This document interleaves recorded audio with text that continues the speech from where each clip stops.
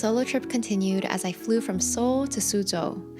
This is the part of my trip where I felt like I went back in time. In one day, I felt like I went from K-drama to Mulan, from a modern, glitzy city to stone bridges and ancient canals. It felt like I had stepped into a Chinese painting, an ethereal world from an ancient time. The energy shifted completely, from a fast-paced buzz to an introspective presence. Alright, I just arrived in Suzhou for my solo trip. This is the city where my grandma is from, and it's actually a city with a lot of sightseeing, like ancient Chinese classical gardens and a lot of beautiful scenery, I guess. So I'm excited to explore, and the hotel that I'm staying at is gorgeous. It really is the perfect mix of like old Chinese historic building with some modern elements tied in, and I love this aesthetic. Like even the view of my room, like the view outside is so quaint. There's like some water, kids running around, some beautiful trees and buildings, and I am excited to explore more of this place. It's also funny because some of my interior design choices for my house was actually like places like this, where it mixes like old traditional Chinese style, some Asian elements with some modern. And like I literally have a book about Chinese gardens in my living room, like as like a coffee table book, and now I'm here. So yeah, I'm just gonna enjoy it. Okay, fit check, literally whole outfit from Korea. Top, jeans, bag, all fresh from Seoul. I'm a new girl. Oh, and glasses too. These are like $5 glasses from Nunu. Love it. Let's go. I chose to come to Suzhou for a few reasons. First, I've always been drawn to the beauty of Chinese gardens and classical art. It even inspired the way I design my home. Suzhou has the most classical gardens in all of China. It feels like a living gallery of ancient beauty.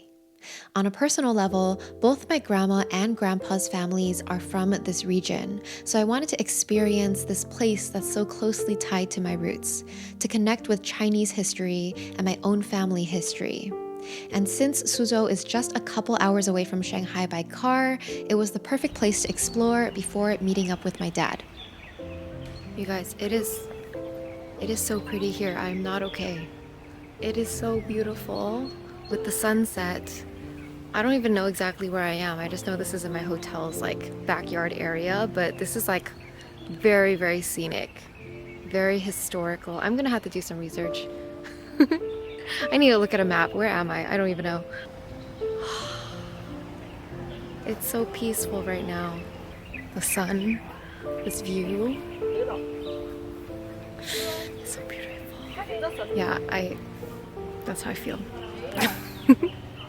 Excitement, beautiful, gratitude. I'll show you the view.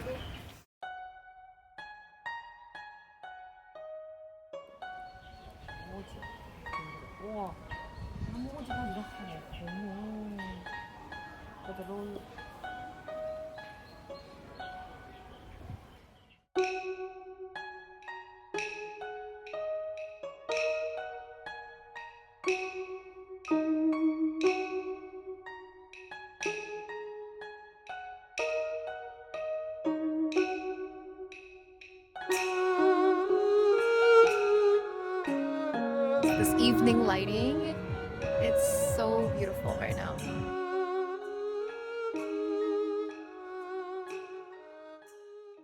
When you come to a place like this, you gotta get into character.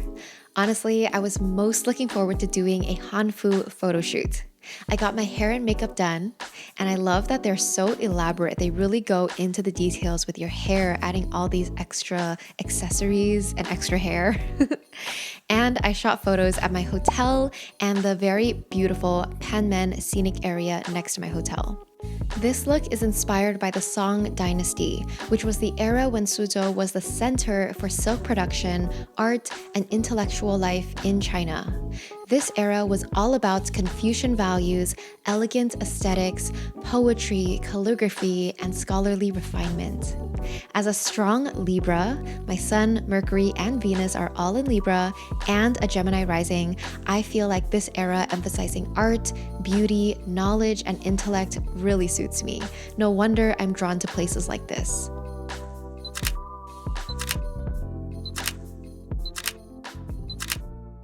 Hello, from Song Dynasty version, Aileen.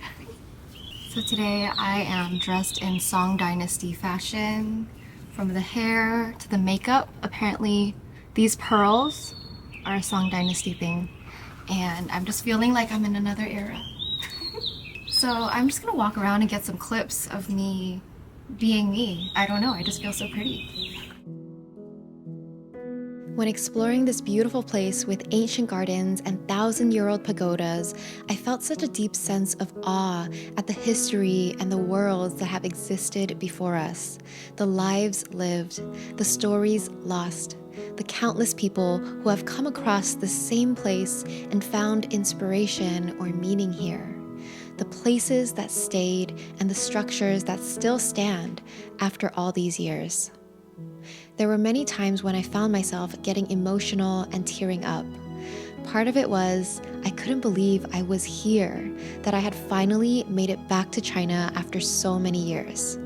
Part of it was also this feeling of connection to my grandparents, at being at the places that they had also been before, of seeing the lifestyle here and imagining their youth. My heart felt full at the familiarity of hearing their accent spoken by the people around me. I hadn't heard this accent in years. I was literally at a dumpling shop eating dinner and getting teary-eyed because at the table behind me was a grandma with 2 little kids speaking Mandarin in that accent that sounded just like my grandma's. After not hearing it for so long, it just felt so familiar and comforting. Like I had never been to this place, and yet it reminded me of my childhood.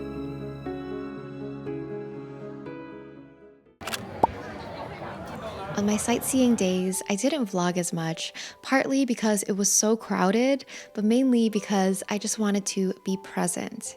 I visited a few famous gardens, museums, and famous ancient roads, where there were lots of food and shopping. Red bean milk tea. At the Suzhou West Museum, I was amazed to see old artifacts dating back 5,000 to 7,000 years that they dug up here in Suzhou. It blew my mind to think that people have lived here for thousands of years, that this land has carried so many generations, so many stories. I just went to the museum and I bought such cute stuff at the gift shop. I normally don't buy things at the museum gift shop, but I don't know, the aesthetic called to me, right? It's like Chinese aesthetic, but make it pastel, cute, and modern, which is so my style. So I'll show you what I got.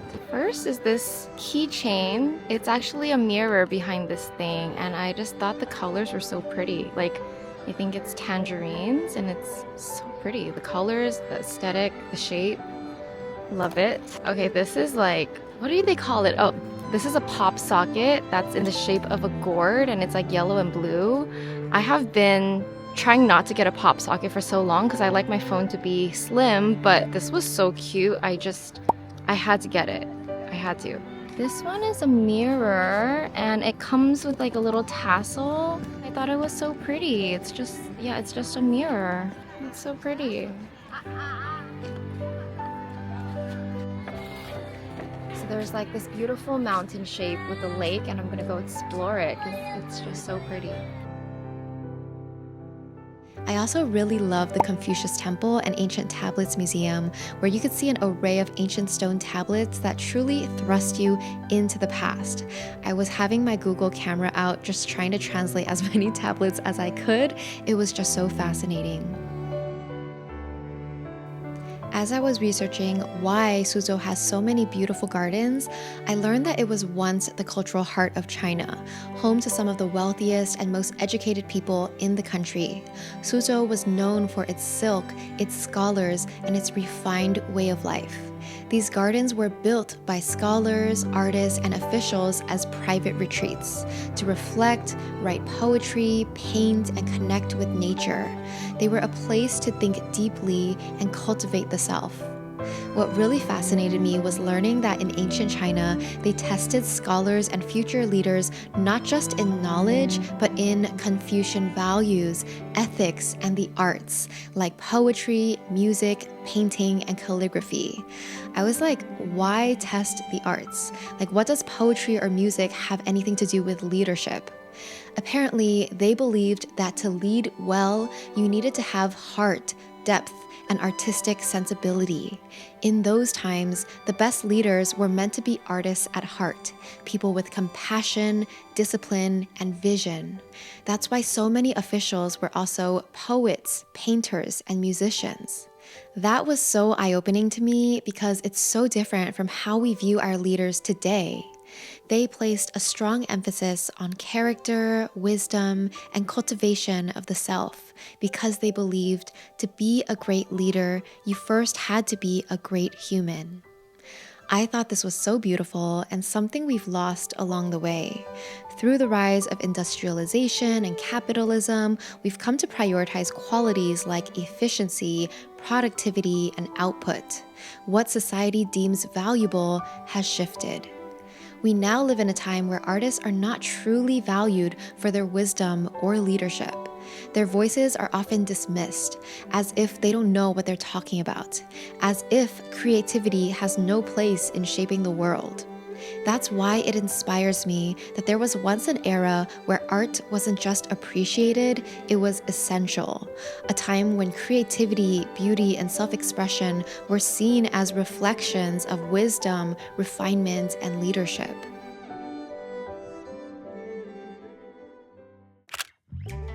I did another Hanfu photo shoot because why not? I wanted to try another style, so I went for this lavender look that felt more on brand for me. We shot in this private garden just for people doing Hanfu photo shoots, so it wasn't as crowded with people like a famous garden would be. Hi loves. I wanted to try a different look because I noticed that the girls get better hair when they do it outside because I did mine at the hotel, so this is just a different look, you know, just so I have options. A girl loves options.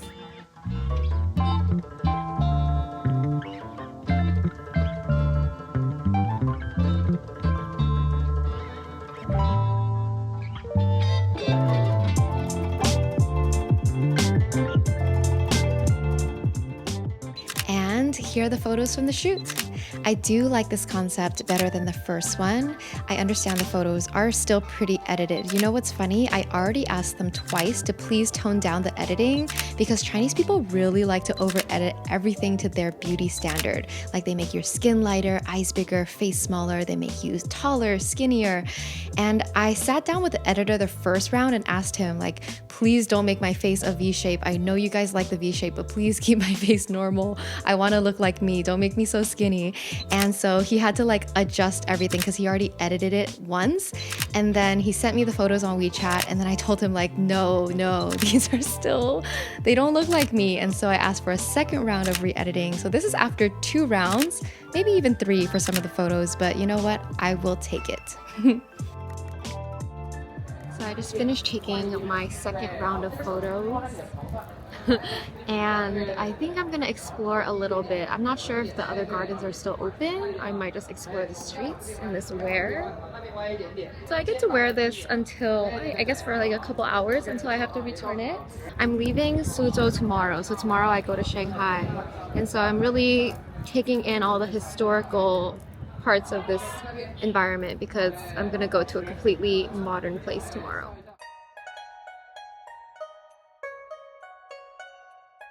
After the shoots, I kept the outfit on, of course, and I explored a famous ancient street by the canal. It was really crowded, but I did get to shop for some cute souvenirs. I bought a couple fans. I'll show you guys later.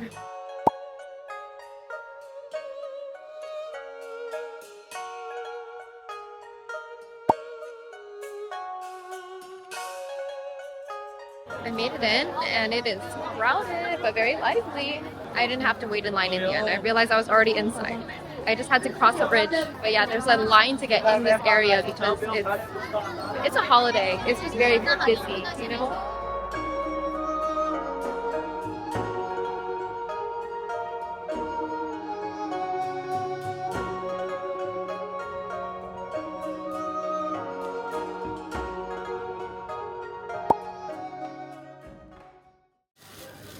I got some buns.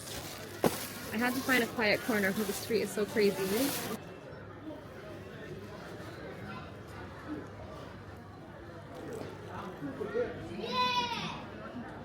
I wasn't sure if it was salty or sweet. I can't tell what it is, because there's like sesame, there's green onion, and something. It's like a pastry.